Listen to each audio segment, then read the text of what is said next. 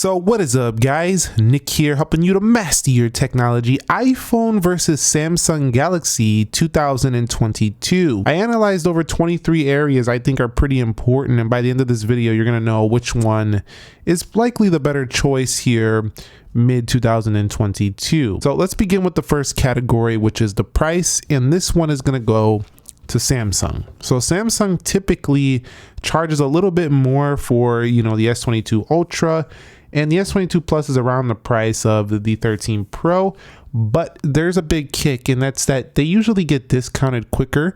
In addition, their trade-in values are all in your face, and they're pretty high comparatively to the iPhone 13 series, or even the latest iPhones that come out. They usually have better deals. So I'm giving Samsung the win on the price. Now, the next one is going to be the build quality. And for this one, I'm going to give it a slight edge to Apple because you can get higher build quality on the iPhone due to them using stainless steel.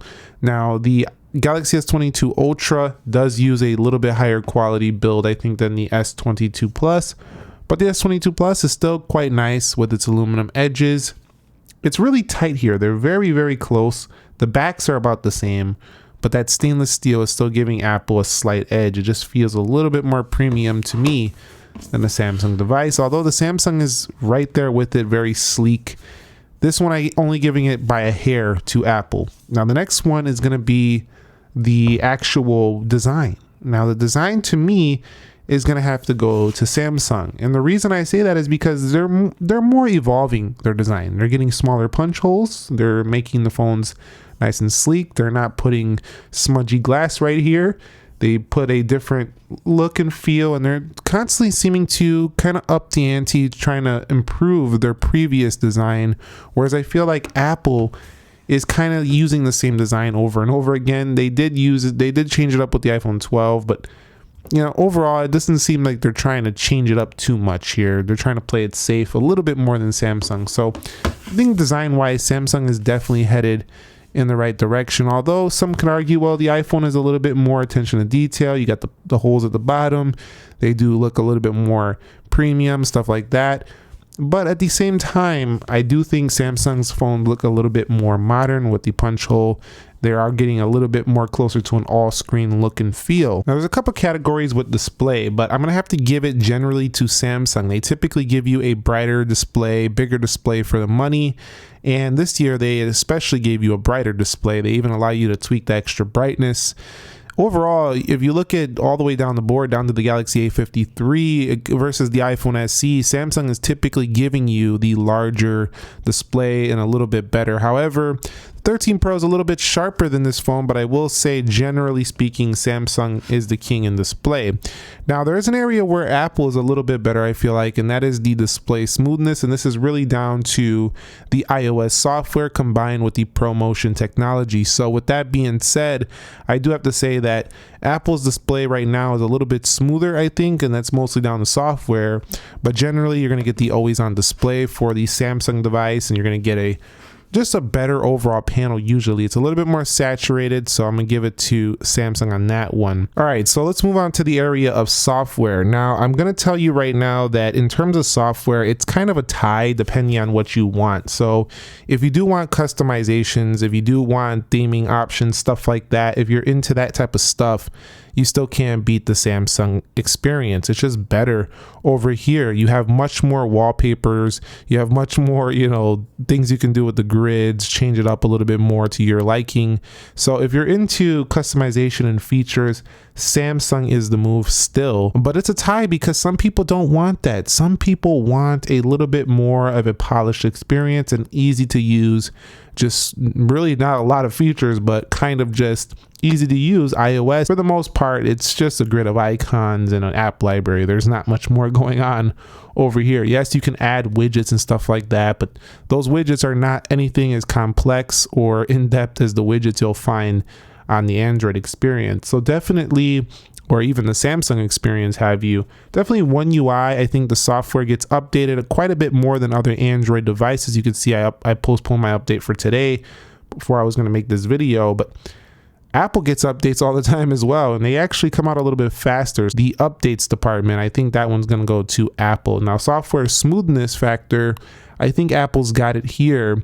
Definitely a little bit smoother on the software. Sometimes the Samsung will just tweak out a little bit. However, Samsung's doing a great job in improving it, and they're getting really, really close to, you know, outshining Apple in that area too. So I'm happy to see where Samsung's evolving their One UI software. I cannot wait to see how much better it gets next year, as this was one of the top complaints this year with the S22 Ultra not feeling quite as smooth as the iPhone 13 Pro Max. Now, from a security standpoint, I'm gonna have to give this one to iPhone right now, and that is because, you know, Apple does have a encryption on by default, stuff like that. The Samsung phone can be very secure as well. They have a lot of security features. They have Samsung Knox, secure folder. There's a lot you can do to lock this thing up as well.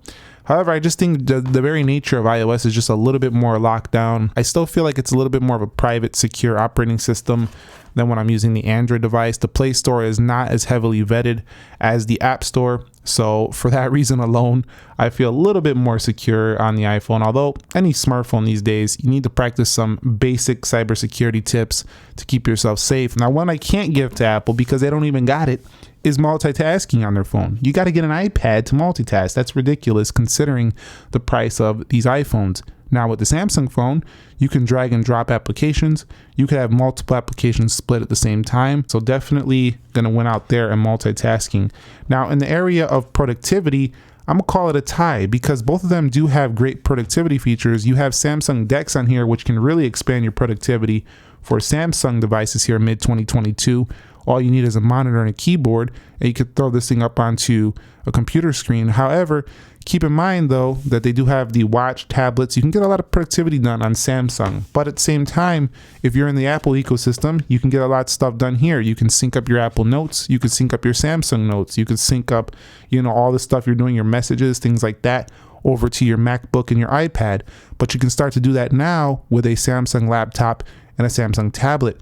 So definitely they're pretty close to a tie, I would say. It's just about which ecosystem you're in and how you're going to utilize each device to get your productivity done. Now, performance is an area where these phones in the day-to-day, the iPhone is still faster. Now, the Samsung phone has a 4nm CPU, this current version, but even with this CPU, I could run a benchmark. It doesn't finish faster than the iPhone, the benchmark, and it's worse. In addition to that, I find that the heat management is still favoring Apple. I find the Samsung phone to get a little bit warmer under heavier usage, and the Apple device to stay a little bit cooler. The A15 is an in-house CPU. It's just hard to beat. Apple develops the chip, they develop the software, they optimize them together. But for now, the Qualcomm being on the Android phone, being a Samsung device, it's just it's not the same optimization. So you find in general that the iPhone has a little bit more consistent performance in the day-to-day usage. However, day-to-day, the Samsung is still worth your money. It's still very fast. It still performs really good, but I think Apple's a little bit closer to flawless performance, whereas Samsung is really good. It's like a 9 out of 10, but it loses a point for a little bit of a hiccup here and there. Now in the storage department, there's not a major difference. Both of them will start around 128 gigs here. Depending on which Samsung phone you go with, you will have the ability to expand your memory, but it's not going to be on the premium devices. So I think we're talking mostly about the top dollar devices, and Samsung's kind of going away from that and not giving you that anymore. So you do have cloud storage available for both of them. You can get 256 gigs here on the S22 Plus. You can go up to 1 terabyte. I'd say Apple's offering you a little bit more capacity because pretty much on most of their lines, they're giving you a little bit more than Samsung now. So like for the iPhone 13, they're giving you 512 gig. You can get 1 terabyte here. You can only get 1 terabyte on the S22 Ultra. Overall, I would say they're pretty much a tie. There's not a major difference in storage anymore. It used to be Samsung really taking the crown with the SD card, but now, you know, they're both using this onboard storage. I'd say cameras are a tie here. Now, some people are going to disagree and say the iPhone cameras are the winners, and in some comparisons, they definitely do win it out, but the reason I'm going to call it a tie here is because it really comes down to the type of photography you like to do. So if you're just snapping a photo here and there, you don't really want to know how to use a camera, the iPhone is probably the way to go. The focus in video is easy peasy actually. Nobody needs to know how to use a camera to get great video on the iPhone or photo. Cinematic, you're gonna need to know a little bit what you're doing to really use this feature, but you don't have to use that feature if you don't want. You got slow motion. It's just easy. You pull up and then you have your features right here. You have photographic styles, making things a little bit more your style. And then on the front, it's the same thing. It's pretty easy on the front as well. You have your photographic styles there. You have different, aspect ratios there. You can change your filters up. Overall, if you just want easy peasy and you want amazing results, get yourself the iPhone. Now, the Samsung though, if you know a little bit about cameras, granted, this could be really easy as well. You pull it out, snap a photo, but if you want a little bit more, you get a little bit more. You get specific modes like food modes, panoramics, night shots, director's view, pro video, pro photo. You get 8K video. Your zoom levels are way longer on the Samsung for the money. Usually for every level of Samsung versus the iPhone, you're getting more zoom. So if you like zoom, you like really a lot of features, and you like high quality 8K video, the Samsung's where it's at. And don't get me wrong, the Samsung has pretty great focus as well. It has super steady as well, which keeps that phone super steady. But at the same time, the front facing camera is also quite easy to use on this phone. It gives you the ability to back out, and you do have a little bit more features right in your face. You don't have to kind of swipe up to find them.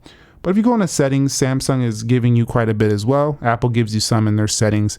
I'd say they're both pretty easy to use, but Samsung can take it a little bit more complex if you want to do that straight from their camera app. So overall, they're pretty much a tie. It just comes down to the type of results you like more. Do you like the way Samsung's look? Do you like the way Apple's look? Now, when it comes to the battery life, it's going to be the iPhone. It definitely gets a little bit better battery, even though they usually house smaller batteries than the Samsung phones. The Samsung phones need bigger batteries to compete because they just don't do as well in the battery life. Now, don't get me wrong, this is a great example of a good battery life Samsung, but some of them are just bad. So this one doesn't really count too much. S22 Plus is pretty good, but a lot of them just don't perform the way that they're listed on the spec sheet or what Samsung claims. Also, the charging is a little bit better on Samsung. However, both of them can be upgraded here, and neither of them are super impressive when it comes to their charging speeds. Samsung and Apple both need to work on that. And in the area of biometrics, I'd say they're a tie. Some people are going to argue no, the Face ID is better. Some people are going to argue no, in-display fingerprint is the future, stuff like that. So no, actually, it really just comes down to what do you prefer. I personally prefer the in-display fingerprint sensor when I'm wearing a mask. However, Apple did bring a feature to allow you to unlock Face ID with a mask. And mask mandates aren't really in a lot of places anymore. I do prefer Face ID for convenience though. I think it's sometimes easier just to look at your phone than to do any action. So I do like Face ID for that. And Samsung doesn't really have a secure way to unlock with the face anymore. They used to have iris scanner and stuff like that, but not these days. So definitely it just comes down to preference. I'd say they're pretty much a tie here.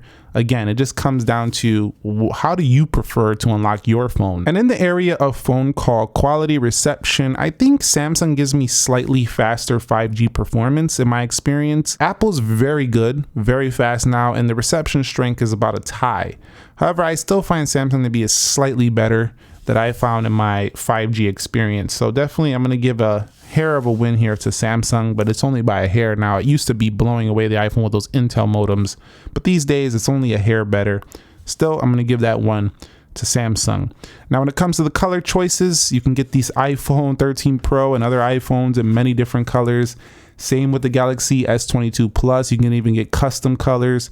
It's pretty much a tie because it depends on which type of color schemes you like. One area where Apple will shine though over the Samsung is when you go to resell your iPhone, you're going to get more money for it pretty much all the time. So in conclusion, I found out of all these areas I've analyzed here with you guys today, around 10 of these categories went to the iPhone, around 7 went to Samsung, and around 6 went to a tie. So they're super close here. There's a couple categories Apple outshined it, but I don't think they're enough to say it's better because I could have added in a few more things and said Samsung was better. Like I could say, they have the secure folder. Apple doesn't have a secure folder. You could add in, they have Galaxy Theme Store.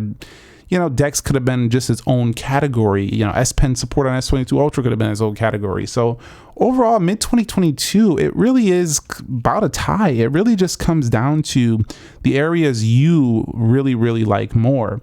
Now, for me, subjectively speaking, I really like how Apple's device with the ProMotion is super smooth and basically a flawless performance every day. I don't really like how, you know, I'll be running the Samsung super smooth and then I'll get this little glitch or a little hang sometimes. It's very rare, but it happens a little bit more than I would want. So overall, I would say Apple's device is a little bit more polished right now, but Samsung's device is way more feature packed. So again, you got to pick what matters to you. This is kind of what I think about them mid 2022. Let me know your thoughts on the iPhone versus the Samsung here, Galaxy 2022. Which one are you going with this year? Which one you prefer? And list your reasons why. We could talk about pretty much any area we analyze in this video. Thank you very much for watching. Nick here. Be sure to be well and peace.